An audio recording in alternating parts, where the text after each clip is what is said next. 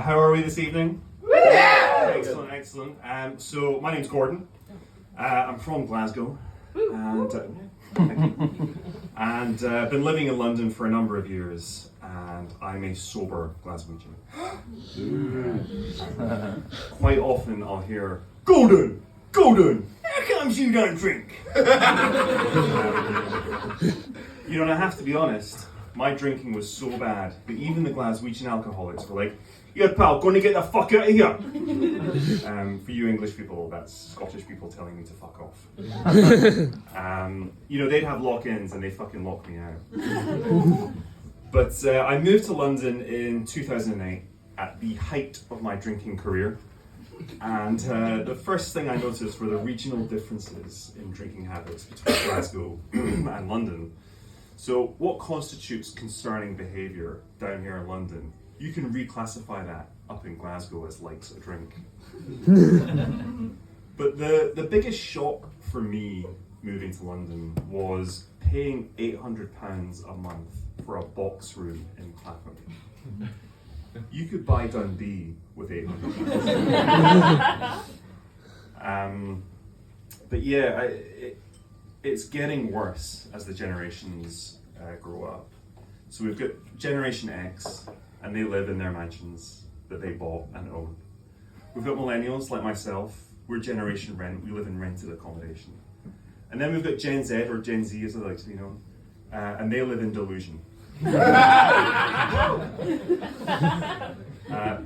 I got some great advice from a Gen Z. I have a friend who's a Gen Z, which is something to be proud of. I got some great advice. So is anyone familiar with the dating app Field? Woo! Yeah, so for those of you who don't know, Field is a sex-positive, kink-allied dating app. And I joined Field a few months ago. And I have received 0 likes. But my Gen Z friend gave me some useful feedback. She looked me up and down, and she went, "It's because you dressed like a Tory."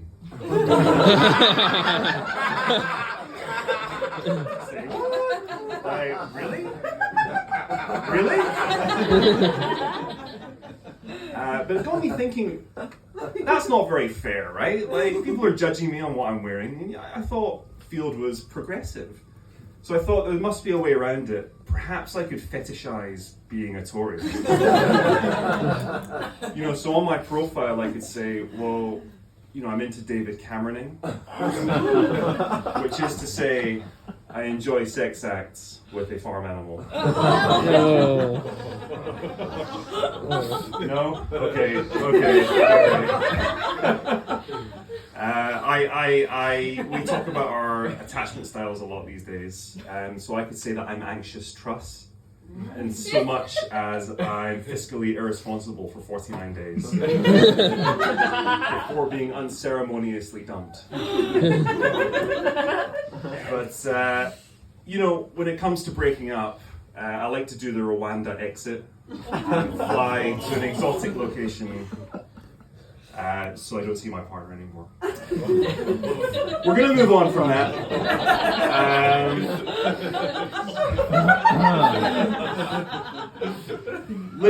Living down here in London for the past 16, 17 years, it's emboldened my sense of Scottish national pride.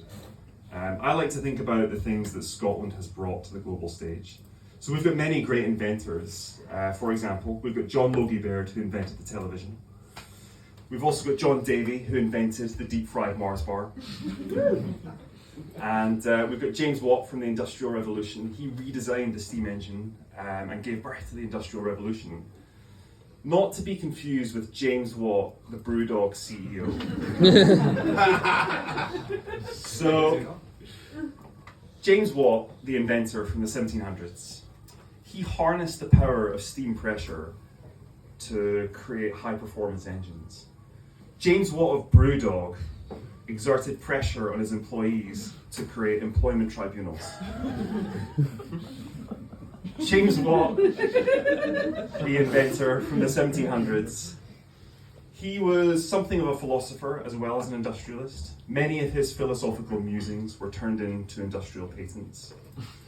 James Watt of Brewdog likes to shitpost on LinkedIn for attention. James Watt, the inventor from the 1700s, he mixed together toxic chemicals to create what we now know as chlorine. James Watt of Brewdog created a toxic work environment using his penis. All right, everybody, thank you very much.